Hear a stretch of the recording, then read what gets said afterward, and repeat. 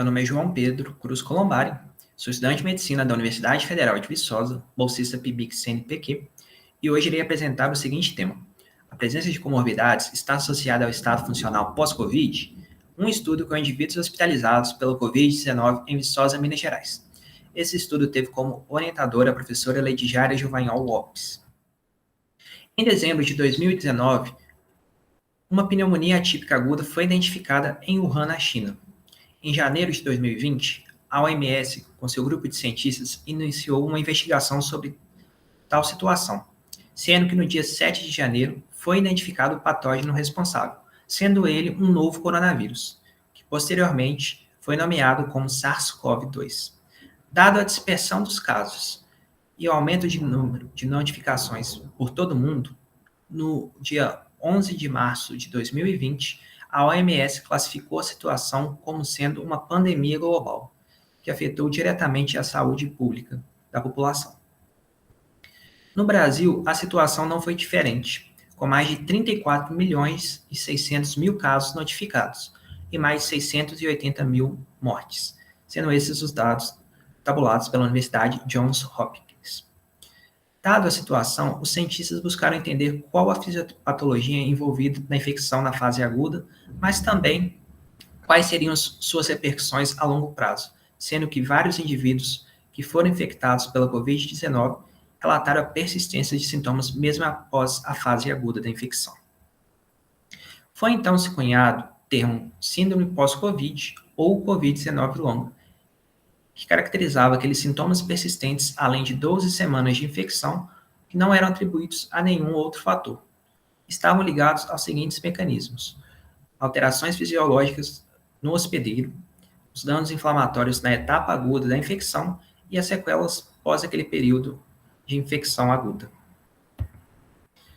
Paralelamente a isso, tivemos, em 2019, uma pesquisa nacional de saúde realizada pelo Instituto Brasileiro de Geografia e Estatística e pelo Ministério da Saúde, que trouxeram dados alarmantes sobre a prevalência de doenças crônicas na população brasileira.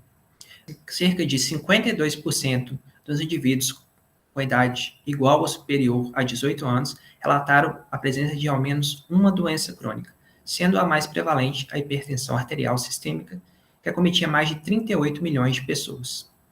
Estudos já demonstravam que a presença de comorbidades estava ligada diretamente ao mau prognóstico e gravidade na fase aguda, mas ainda não estava claro qual seria sua correlação com os sintomas a longo prazo em indivíduos recuperados da Covid. Com isso, o nosso estudo teve como principal objetivo analisar a associação entre a presença de comorbidades e o estado funcional pós-Covid-19.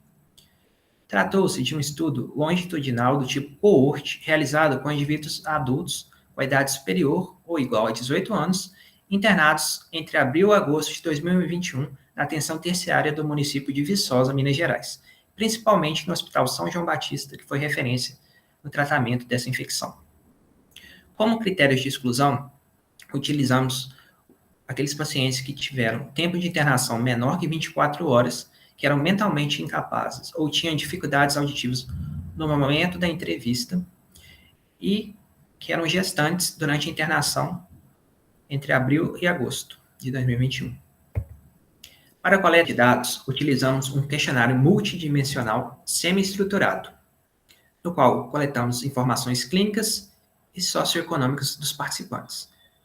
Todo o processo foi feito através de ligações telefônicas, no qual explicamos quais eram os objetivos da pesquisa e convidamos todos a fazer parte da mesma.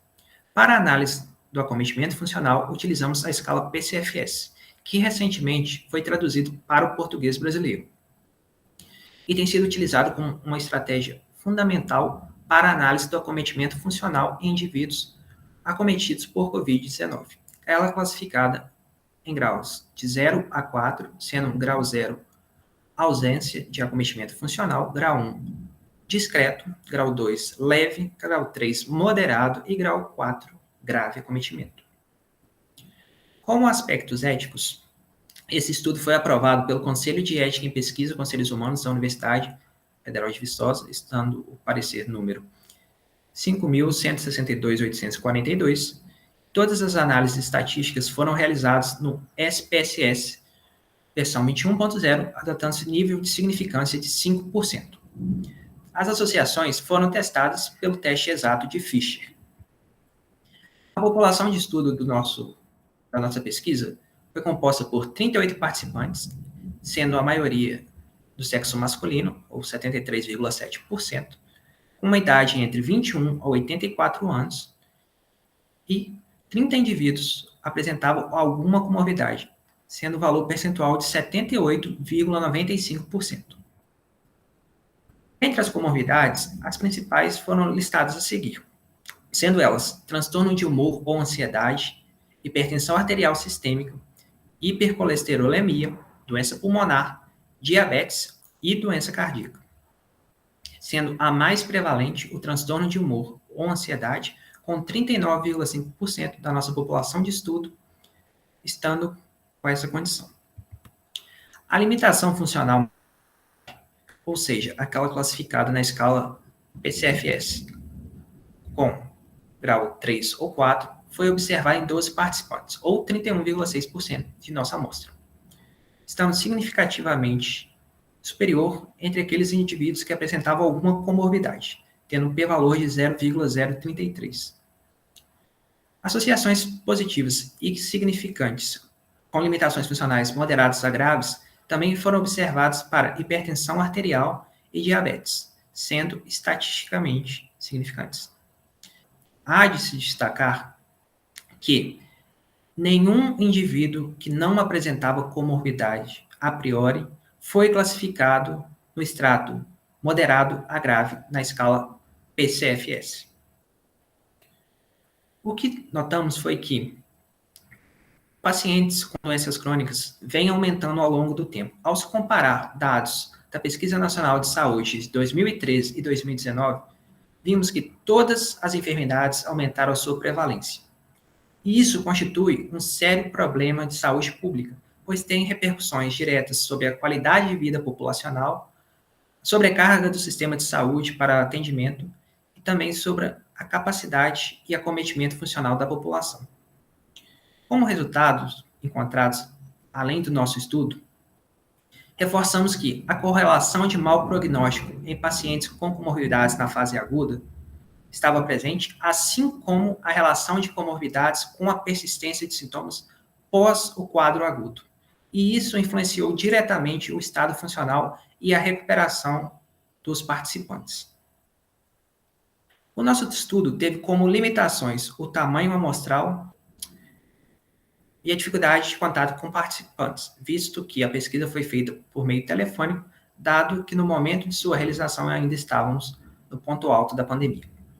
Como pontos fortes e contribuições, tratou-se de um estudo longitudinal que buscou entender a correlação entre dois problemas graves de saúde pública e suas repercussões a longo prazo, sendo eles as doenças crônicas e a pandemia de Covid-19.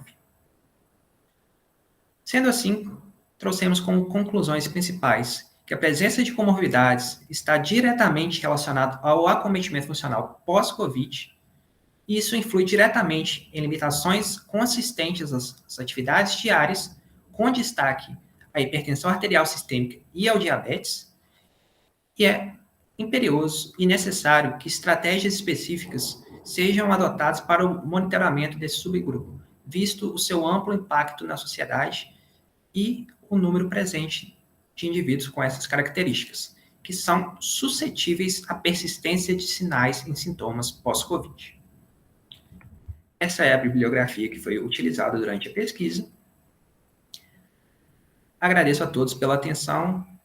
Aproveito também para agradecer mais uma vez a professora Leide Jair, que foi responsável pela orientação deste trabalho. Deixo aqui meu e-mail para futuras interações científicas. Muito obrigado.